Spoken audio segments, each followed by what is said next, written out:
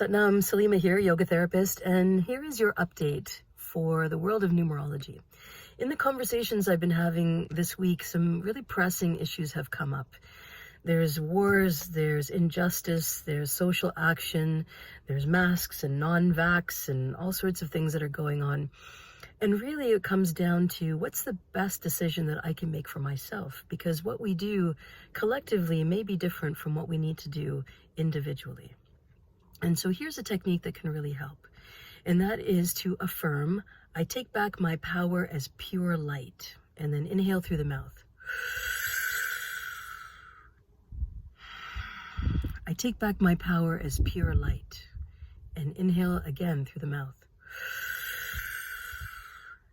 Do this one more time, 3 times in total, and feel yourself really settling into who you are and how you are. Your breath really helps, your practice really helps, meditation really helps.